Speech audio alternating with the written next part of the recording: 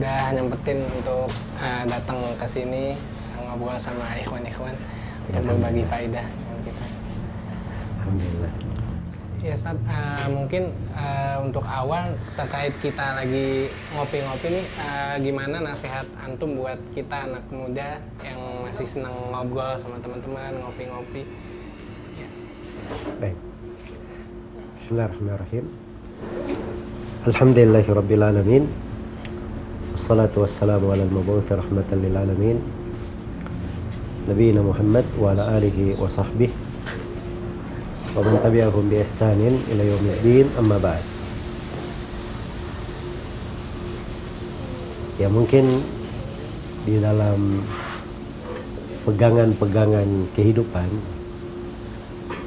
di segala bidang atau di segala perkara, termasuk keberadaan kita di keseharian, kita kadang ada ketemu dengan kawan-kawan, kemudian ngumpul di kondisi tertentu sesuai dengan keperluan dan hajat masing-masing.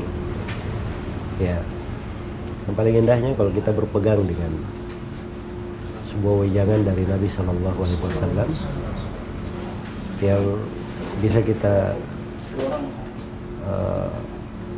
jadikan sebagai pedoman di dalam kehidupan kita. Di sini ada sebuah hadits yang indah diriwayatkan oleh Al-Imam Al-Bukhari rahimahullahu taala dari sahabat Abdullah Ibnu Abbas radhiyallahu anhuma. Rasulullah sallallahu alaihi wasallam bersabda, "Ni'matani maghbunun fihima katsirun minan nas. As-sihhatu wal faragh." Ada dua nikmat yang banyak manusia tertipu di dalamnya, terkena goban padanya. Nah, goban itu kalau misalnya kita masuk ke sebuah warung kopi, ya, kopi espresso misalnya, harga umumnya 20.000, ya, dengan jenis kopinya, anggaplah misalnya Arabica, Gayo ya, misalnya ya. Setelah itu kita masuk ke sebuah toko, ternyata dijual harganya 200.000. Masya Allah. Nah, kita cek KPL lainnya cuma 20.000 saja. Dengan kopi yang sama, kualitas yang sama. Nah, ini namanya goban namanya. Ya, jadi sama waktu ada dua nikmat ini, banyak manusia tertipu seperti ini. Dianggap dirinya sudah dapat hal yang bagus, sebenarnya dia rugi besar di dalamnya. Nah, apa dua nikmat ini? Kata Nabi SAW, as-sihhatu wal faragh, kesehatan dan waktu luang. Nah, itulah bagaimana di dalam kehidupan ini kita berusaha agar waktu-waktu kita itu makmur dengan ketaatan di kondisi apapun kita. Iya, karena umur itu bergulir dan ajal terus menuju ke akhir. Dan setiap orang tidak tahu kapan kesempatan akan berakhir, kapan pintu itu tertutup. Jadi kita berpikir bagaimana waktu dan kesempatan itu kita gunakan dengan baik. Jadi itulah mungkin kita menumbuhkan ulul himmah, semangat yang tinggi. Ya. Itu kehidupan seorang muslim seperti itu. Jadi kondisi apapun, sepanjang dia punya semangat yang tinggi, maka dia bisa berbuat kebaikan sebanyak-banyaknya. Iya. Karena itu kata sebagian penyair bijaksana, wa idza kanatin nufusu kibara taibat fi muradihal ajsam. Apabila jiwa-jiwa itu adalah jiwa yang besar, maka badannya itu letih mengikuti kemauannya. Ya, kalau jiwanya jiwa besar, dia terlalu banyak program, terlalu banyak proyek, terlalu banyak hal yang ingin dia lakukan. Kalau badannya mau menuruti keinginan dia, akan capek badannya. Nah, itu ciri jiwa yang besar. Ya, dia bisa memanfaatkan segala waktu pada hal yang paling baik dan paling indah ya. Iya. Jadi seperti Al-Khatib Al-Baghdadi rahimahullahu ta'ala, beliau itu kemana-mana pun berjalan, itu pasti ada buku yang beliau lihat di tangannya. Ada buku yang beliau baca. Kalau kita sebenarnya hal-hal yang seperti itu memungkinkan ya, karena kita dibekali dengan fasilitas, ya. Masya Allah, kita bisa menyimpan buku PDF banyak, kita bisa download satu perpustakaan di HP, ya. Tapi sangat disayangkan aplikasi lain di situ banyak, ya. Media-media lain yang banyak. Nah, inilah yang mungkin kita perlu menata diri terkait dengan hal tersebut, ya. Dari ketinggian semangat Abu Yusuf rahimahullah, salah seorang murid Abu Hanifah, disebutkan ketika beliau akan meninggal, ya, di sakaratul maut itu dikunjungi oleh seorang ahli fikih. Beliau masih sempat bertanya kepadanya, ada sebuah masalah, coba kamu jawab. Ini dalam keadaan dia sakaratul maut ini.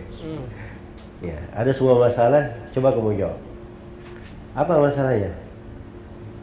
Orang yang melempar jamrah, afdalnya orang yang melempar jamarat, afdalnya dia berkendaraan atau afdalnya dia berjalan kaki? Maka si ahli fikih ini yang mengunjunginya menjawab, afdalnya berkendaraan. Kata Abu Yusuf, enggak, kamu salah. Terus kata orang ini, kalau begitu afdalnya dia berjalan kaki. Kata Abu Yusuf, kamu juga salah. Loh, kalau begitu apa yang benarnya? Nah, jamarat itu kan 3. Ada jamrah pertama, kedua, dan yang terakhir disebut jamratul aqabah. Kata beliau, kalau kamu di jamrah pertama dan kedua, afdalnya kamu berjalan. Sebab di situ kan tempat berdoa. Setelah melempar kan syariatnya berdoa. Kalau dia berkendaraan kan susah. Ya, melempar, turun dulu, berdoa, ya susah. Tapi kalau jamrah yang terakhir, di situ tidak ada berdoa, afdalnya berkendaraan, melempar langsung jalan. Nah, jadi itu subhanallah, beliau ucapkan di kondisi di akhir hayatnya. Tapi semangatnya masih luar biasa di dalam apa? Dalam mengkaji ilmu. Iya. Dan saya mendengar hikayat juga dari Syekh Al-Albani rahimahullah, dari ulama kita ya di masa sekarang. Katanya beliau di masa terbaring, lemas, tidak bisa bergerak, tapi mulutnya masih bisa berbicara seperti orang sehat. Ya, maka beliau mengimla, mendikte sebuah hadits yang sebelumnya beliau sudah bahas, tapi belum sempat ditulis. Ya, beliau katanya coba tulis hadits ini, mau dimasukkan di salah satu pembahasan beliau di silsilah hadits-hadits yang beliau kumpulkan. Ya, dan subhanallah ya, jadi itu dari potret bagaimana memanfaatkan waktu, peluang-peluang ketaatan. Yang mudah-mudahan kita dibantu oleh Allah Subhanahu wa taala. Amin. Bisa tergolong kepada orang-orang yang berberkah di dalam kehidupannya, makmur di dalam kehidupannya dimanapun kita berada. Kita bisa menjadi sebab kebaikan, membawa kebaikan dan berbuat kebaikan. Iya. Dan itulah ciri manusia yang terbaik. Karena itu syah di dalam sebuah riwayat yang haditsnya ini datang dari berbagai jalur, dikuatkan oleh Syekh Al-Albani rahimahullahu taala. Nabi sallallahu alaihi wasallam bersabda, khairun nasi anfa'uhum linnas. Sebaik-baik manusia adalah orang yang paling bermanfaatnya untuk manusia. Ya. Semoga Allah memberi taufik kepada semuanya. Allah taala. Hayat dua. Ya, mungkin tafadhol buat teman-teman yang ada yang mau ditanya pada Al-Ustaz. Ustaz, izin Ustaz. Mengingat penjelasan Ustaz tadi tentang himah, kemudian juga bagaimana sikap para salaf terdahulu, mungkin buat kita yang baru-baru mulai belajar tampak seperti Masya Allah kok bisa ya hidup sehari-hari penuh dengan ilmu. Sementara kita apakah karena sudah kebiasaan baru mulai belajar di usia seperti ini, tampaknya untuk bisa seperti para sahabat dahulu yang penuh dengan ilmu kayaknya berat. Mungkin ada tips-tips khusus bagi kami yang baru mulai belajar. Iya. Baik. Jadi itu sebenarnya bagaimana melatih diri supaya bisa terbiasa dengan semangat yang tinggi, membiasakan diri dengan ketaatan-ketaatan. Itu orang Indonesia sudah lama berucap ya, ala bisa karena biasa. Iya. Memang itu hal-hal itu perlu pembiasaan. Jadi umur itu bukan masalah ya. Umur. Ada ulama-ulama kita yang sudah berumur baru belajar. Ya. Seperti Ibnu Hazm. Ibnu Hazm itu rahimahullah disebutkan beliau belajar di umur 40 tahun. Ya. Di umur 40 tahun baru belajar. Jadi kisahnya juga beliau belajar unik sebenarnya.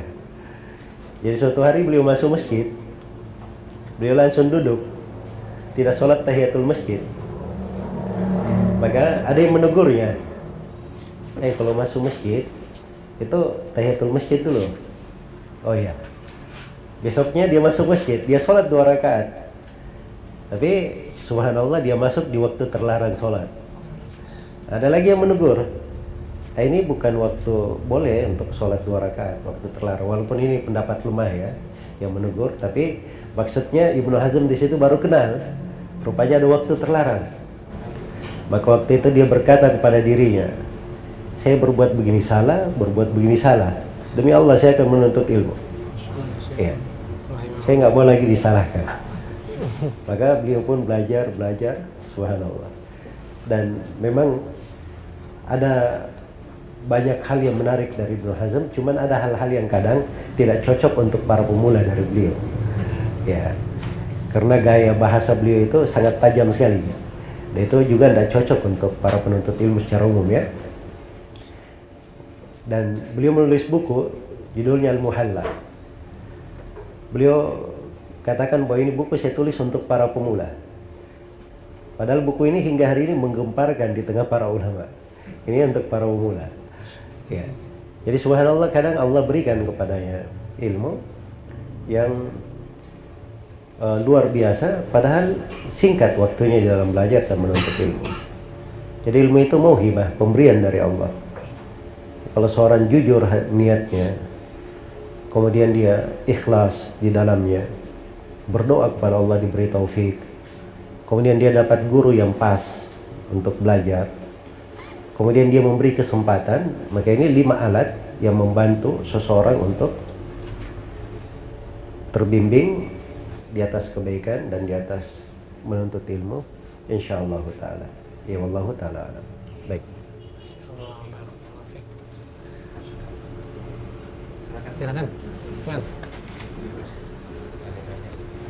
Mengalir. Ada yang mau pakai mic? Ada?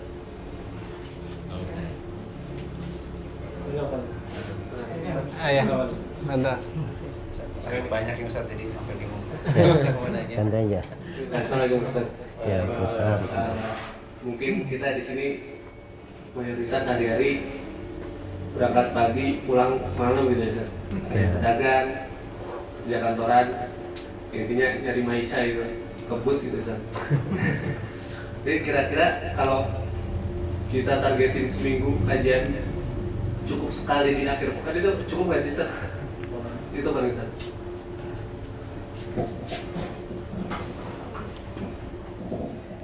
Ya baik. Ya kalau bertanya cukup atau tidak, pertama continue aja dulu. Ya coba dilakukan continue, dijadikan jadwal di dalam kehidupan, jangan ditinggalkan. Nah, nanti akan tahu sendiri jawabannya, cukup atau tidak. Dan biasanya jawabannya tidak cukup. Ya, ilmu itu seperti itu. Seorang ketika sudah merasakan nikmatnya, dia nggak mau lagi terlepas darinya. Ya, karena itu kata ada dari Ibrahim Al-Adham, dan disebutkan juga dari Al Hasan Al Basri ucapan ini. Mereka berkata, "Lau ya'lamul muluk wa abna'ul muluk ma nahnu fihi lajaladuna alaihi bisuyuf." Andai kata raja-raja dan anak-anak raja mengetahui kenikmatan kita di dalam menuntut ilmu ini, maka mereka akan mencambuk kita dengan pedang-pedang mereka karena iri terhadap kenikmatan kita. Iya, itu memang luar biasa. Jadi suatu hari terjadi saling mengalahkan di dalam membawakan hadis antara dua ahli hafalan besar di masanya. Yang pertama namanya Al-Hafidh At-Tabarani. Pernah dengar At-Tabarani? Nah, ini kalau ini masyhur ya. Ya, Imam At-Tabarani Abul Qasim Sulaiman bin Ahmad bin Ayyub, itu nama lengkapnya. Ya. Dan yang kedua ada namanya Al-Hafidh Al-Ju'abi. Al-Ju'abi ini mungkin jarang yang dengar. Dia ahli hafalan. Hanya saja haditsnya, riwayatnya tidak diterima oleh ulama karena dia ada cacat di bidang lain. Tapi hafalan luar biasa hafalannya. Ya. Maka ini At-Tabarani berkata, saya punya hadits. Tidak ada yang memilikinya di dunia kecuali saya. Dia bawakan. Al-Ju'abi bilang tidak, saya punya hadits itu. Saya meriwayatkan dari jalur ini. Al-Ju'abi berkata, saya punya hadits. Ini mungkin cuma saya yang meriwayatkannya. Begini haditsnya. At-Tabarani bilang, enggak, saya juga punya hadits itu. Ya, jadi mereka saling mengadu di depan khalifah. Sampai suatu hadits, Al-Ju'abi berkata, ada hadits, cuma satu di dunia saja. Hanya saya meriwayatkannya. Katanya menceritakan kepada saya Sulaiman bin Ahmad bin Ayyub dari fulan. Kata Tabarani, Sulaiman bin Ahmad bin Ayyub itu saya. Ya.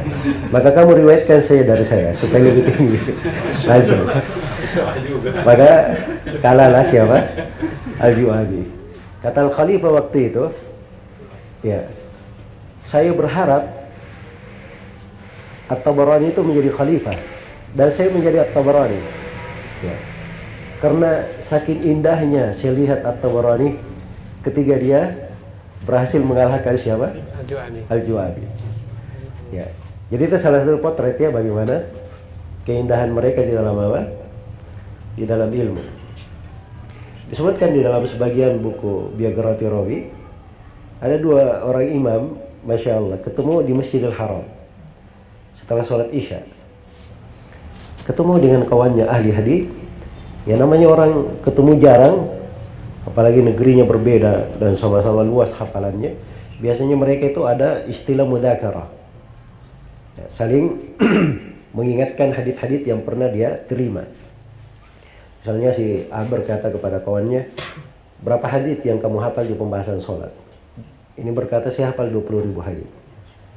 Di pembahasan ini berapa? Sekian ribu. Dia berkata, apa saja yang kamu hafal di bab ini? Dia sebutkan haditsnya dengan riwayat dia. Maka dia berkata, saya juga hafal dengan riwayat begini-begini. Itu mudzakarah namanya. Jadi ini dua orang imam ketemu setelah sholat Isya. Mudzakarah tidak terasa sudah terdengar adzan sholat subuh. Sampai terdengar apa? Adzan sholat subuh. Kalau kita kan baru mulai ta'lim aja sudah lihat jam. Ya. Baik. Tapi ini subhanallah, nikmatnya ilmu itu. Jadi kalau sudah terbiasa, sudah dijiwai, maka dia akan merasakan bagaimana nikmatnya dari ilmu itu. Ya, ada kondisi mungkin dia akan seperti ikan. Kalau terpisah dengan ilmu, dia merasa dirinya tidak bisa hidup. Nah, tapi ini perlu proses ke sana. Nah, proses ini kapan seorang memulai, Allah akan memudahkannya. Sebab itu kaidah dalam syariat. Kalau seorang mendekat kepada Allah selangkah, Allah akan mudahkan dianya untuknya beberapa langkah. Faman yatasabbar yusabbirhullah. Siapa yang berusaha bersabar, Allah jadikan benar dia bersabar. Ya, mulai dia melangkah bersabar, Allah jadikan dia untuk apa? Untuk bersabar. Ya wallahu taala alam. Baik. Ya, silakan. Baik. Assalamualaikum warahmatullahi wabarakatuh. Assalamualaikum.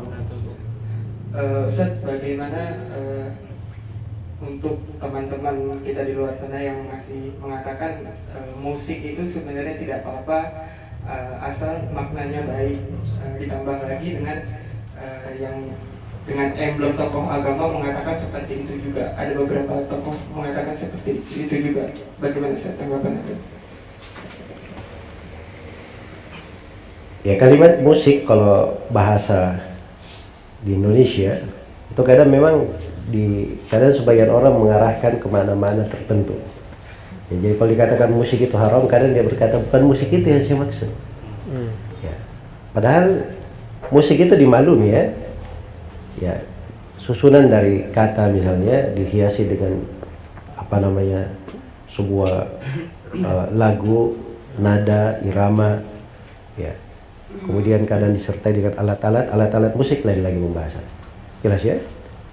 Dan dimaklumi bahwa musik itu tidak ada silang pendapat di kalangan ulama bahwa alatullah wa tarb itu adalah hal yang diharamkan.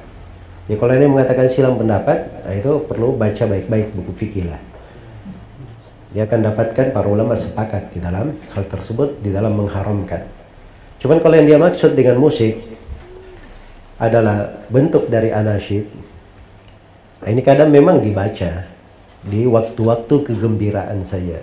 Sepanjang nasyidnya itu maknanya benar, maknanya baik. Dan nasyid itu cuma lantunan suara saja. Dia melantunkan, tapi tidak mengikuti irama-irama musik. Tidak ada aturan iramanya. Harus dengan nada ini, nada itu. Jelas ya? Nah, kalau mengikuti nada-nada, itu berarti musik namanya. Termasuk nada-nada yang dipakai dalam Al-Quran itu yang biasa dipakai oleh orang-orang membaca Bayati, Hijazi, Shika dan sebagainya. Itu kan nada-nada musik. Ya. Jadi mengikuti irama-irama yang seperti itu tidak diperbolehkan. Tidak diperbolehkan. Ya, karena itulah seorang muslim itu, kenapa musik itu tidak diperbolehkan? Alasan pokoknya karena dia melalaikan dari jalan Allah Subhanahu wa taala. Wa minan nasi may yashtari lahwal hadith liyudilla an sabilillahi bighairi ilm. Di antara manusia ada yang membeli ucapan yang sia-sia. Itu ditafsirkan di situ oleh sejumlah sahabat, sejumlah ahli tafsir, adalah musik dan alat-alat musik. Di antara manusia yang membeli lahwal hadith untuk menyesatkan manusia dari jalan Allah. Maksudnya dengan musik itu akibatnya mereka tersesat dari jalan Allah Subhanahu wa taala. Iya. Dan di antara dalil juga yang mengharamkannya adalah hadits Abu Malik Al-Asy'ari riwayat Al-Bukhari. Rasulullah sallallahu alaihi wasallam bersabda, la yakunanna aqwamun yastahilluna al-hirra wal harir wal khamra wal ma'azif. Akan datang nanti sekelompok kaum yang mereka menghalalkan zina, menghalalkan sutra, menghalalkan minuman keras, khamar, dan menghalalkan ma'azif, alat-alat musik. Jadi dia menghalalkan, berarti ini haram, terus dia apa? Dia halalkan. Ya, sebab buktinya tiga hal ini kita semua sepakat kan? Ada yang mengatakan khamar boleh? Enggak. Ada yang mengatakan zina boleh? Enggak. Tidak. Kalau sutra, laki-laki jelas ya, haram. Nah, ketika disebut ma'azif, jangan dia katakan, oh ini makruh. Dari mana yang tiga semuanya haram? Tiba-tiba jadi makruh. Ya ini enggak benar ya cara memahaminya. Baik. Jadi yang paling indahnya itu seorang ketika melihat hukum, dia melihat ucapan para ulama dengan dalil-dalil yang dibawakan dari Al-Quran dan As-Sunnah. Jangan dia sudah senang dulu dengan musik, atau dia pemusik, ya, atau mungkin kawan-kawannya orang yang biasa main musik, akhirnya dia beri keringanan-keringanan kepada orang. Ya, dia tidak melihat bagaimana hukum Allah di situ. Hukum Allah yang dijelaskan dalam Al-Quran dan Sunnah Rasulullah Sallallahu Alaihi Wasallam. Baik, itu mungkin yang bisa saya terangkan. Wallahu ta'ala a'lam. Baik. Boleh lagi Ustaz? Iya Ustaz, terkait yang tadi Ustaz bahas tentang musik Ustaz. Ya di kampung halaman anak Ustaz memang ada seseorang yang ditokohkan berupaya meraih anak-anak muda mengatasnamakan dakwah Ustaz. Nah cuman itu tadi dalam rangka meraih anak muda, membolehkan musik, kemudian juga dan sebagainya, sampai sekarang terakhir yang update itu sedang berupaya membangun sebuah masjid. Sebuah masjid yang nanti di depan masjidnya ada panggung untuk live music, kemudian ada panggung untuk break dance, hip hop dan sebagainya, Ustaz. Tetapi ya Masya Allah, Ustaz banyak sekali ya pendukungnya, Ustaz. Dengan alasan beliau seorang sarjana tafsir Quran, kemudian juga inilah masjid di zaman Rasulullah, bahwa masjid bukan sekedar tempat ibadah, tempat peradaban dan sebagainya. Dan ya sedihnya Ustaz banyak sekali yang mengikuti di sana, termasuk juga saya khawatir kan di sana banyak keluarga, sahabat, teman-teman, dan mohon tanggapan Ustaz tentang hal ini, Ustaz.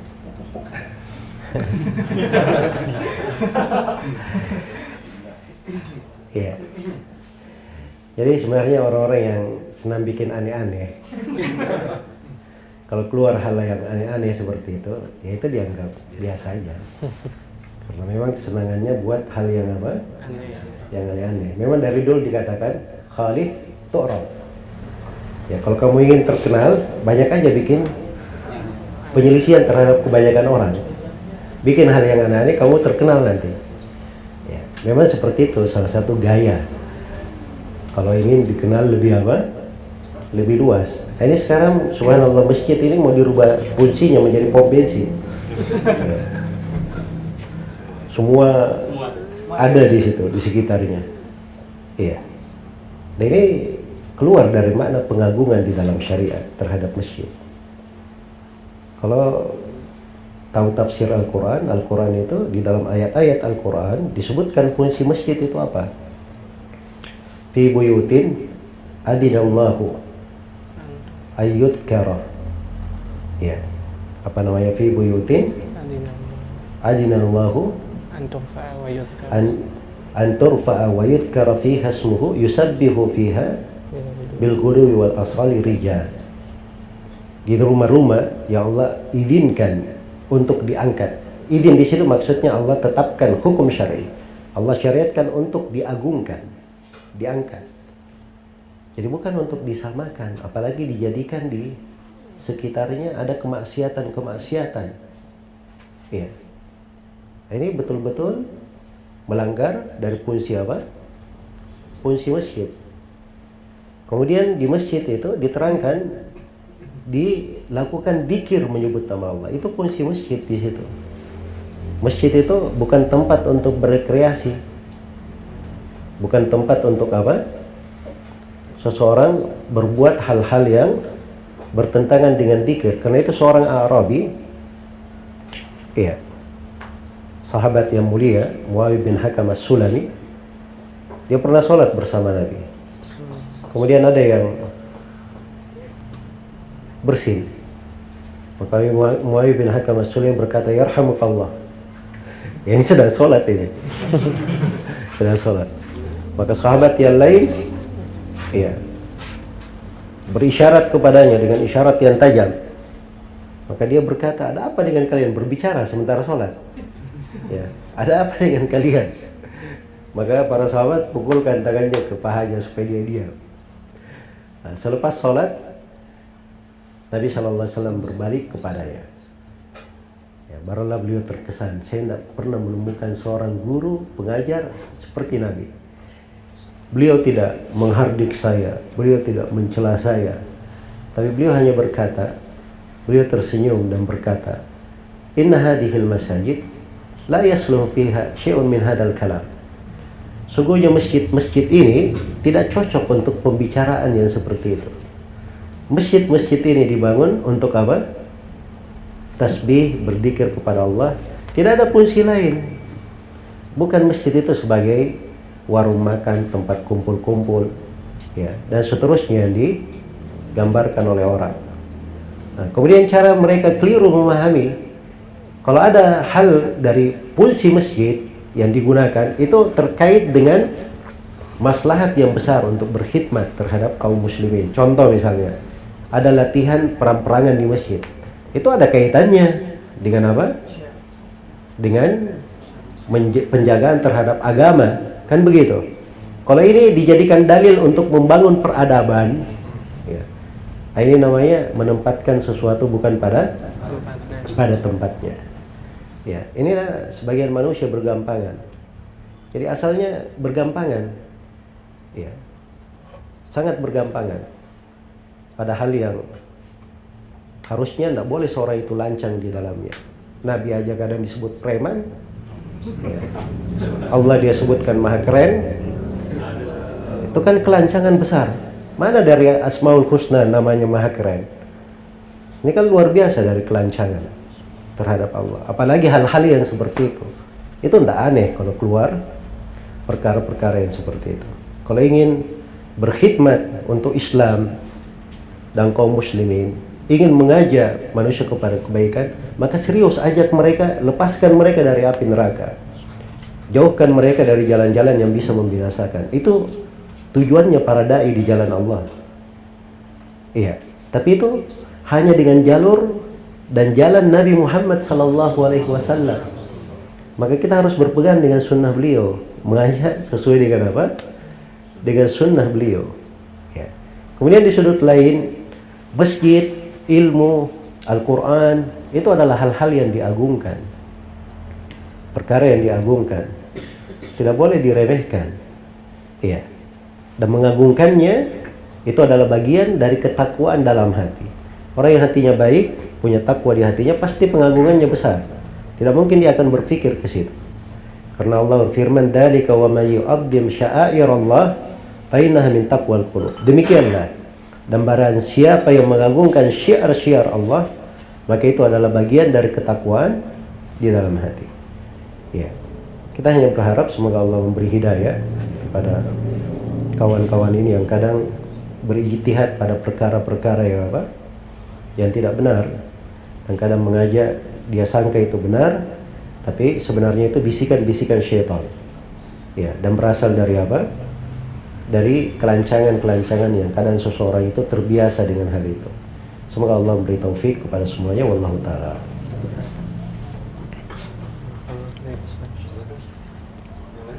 Baik. Sudah masuk waktu Isya. Hah? Masih 5 menit lagi, Isa. Oh gitu, kecepatan. Baik. Iya, masih cepetan. Oh. Satu lagi. Tuan rumah silakan.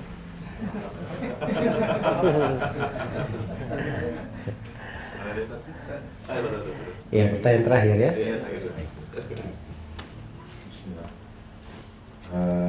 Ustaz, ini kan sekarang di zaman online, apa semua serba internet, Ustaz ya, online segala macam gitu. Nah itu gimana Ustaz ya, kita sebagai basic ilmu Ustaz mengenai transaksi uang elektronik segala macam gitu kan sekarang Ustaz, itu kan ada beberapa pendapat mengenai penggunaannya gitu Ustaz.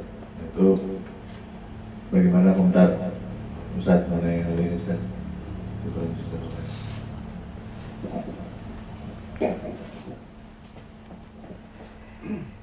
Ya, ini pertanyaannya perlu jawaban yang panjang ya.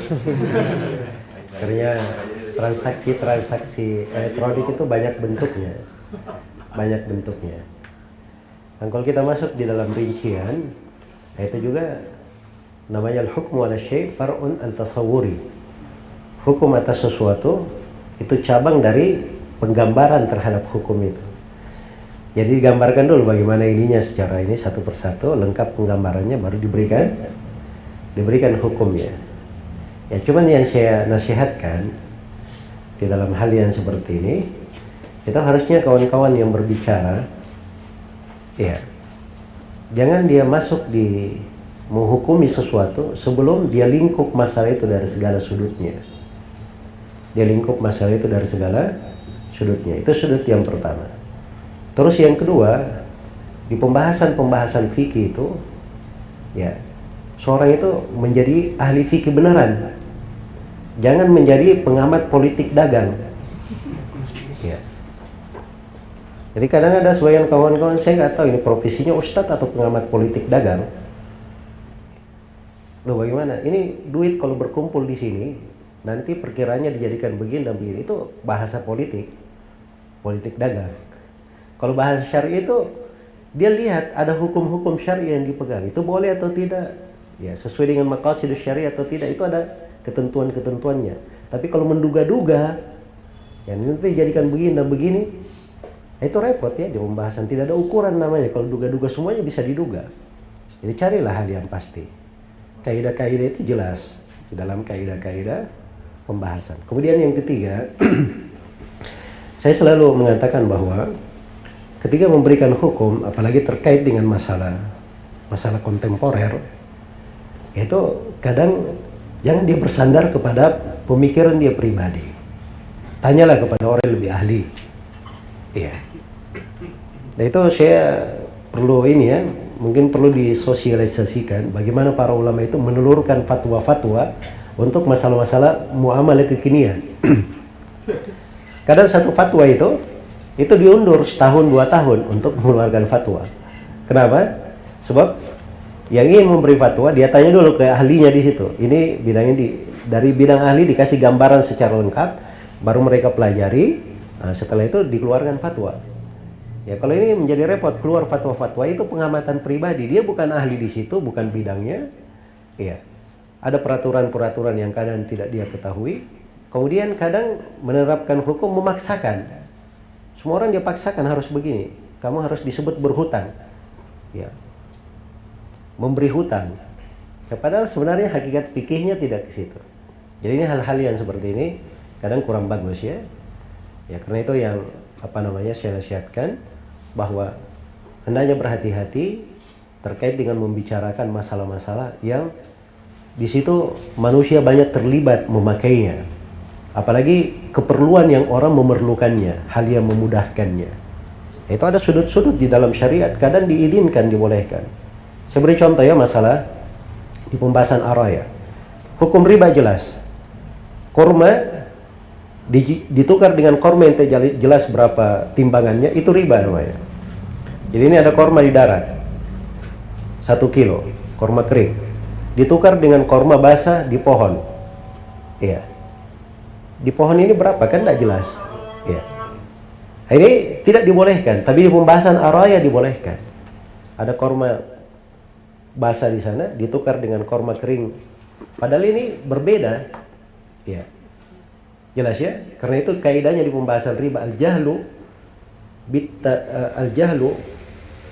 bit-tasawi ya, kal ilmi bit-tafadul.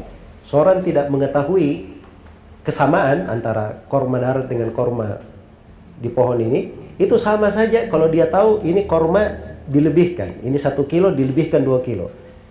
Kalau mengetahui ini sekilo ditukar 2 kilo itu kan hukumnya haram jelas. Sama kalau dia tidak tahu ini korma berapa kilo, ini sekilo, ini berapa kilo, itu sama juga hukumnya. Tapi di araya dibolehkan oleh para ulama. Kenapa? Karena orang perlu. Iya. Kalau di musim panas dia perlu korma basah. Dia kalau tidak makan korma basah, kadang memberatkannya. Karena itu diizinkan oleh syariat dengan 5 syarat di pembahasan araya. Ada syaratnya memang di pembolehan. Jelas ya? Goror itu juga tidak semua dikatakan goror tidak jelas. Kalau semuanya goror, harus detail-detail semuanya haram, ya sudah, tidak boleh jual beli rumah secara mutlak. Kenapa? Karena rumah ini pondasinya kita tidak lihat. Ada yang lihat pondasi kalau beli rumah? Berarti goror kan? Pondasinya nggak lihat. Nah, ini goror dimaafkan namanya. Ya, jadi hal-hal yang seperti itu harus dipahami penggunaannya. Jadi mungkin sudut-sudut yang saya bisa poinkan. Wallahu ta'ala alam. Mungkin kita cukupkan sampai sini ya dari pertemuan ini. Mudah-mudahan bermanfaat untuk semuanya, menjadi majelis yang berberkah untuk kita. Wallahu ta'ala alam. Subhanakallahumma wa bihamdik, asyhadu an la ilaha illa anta, astaghfiruka wa atubu ilaik. Walhamdulillahirabbil alamin. Wassalamualaikum warahmatullahi wabarakatuh.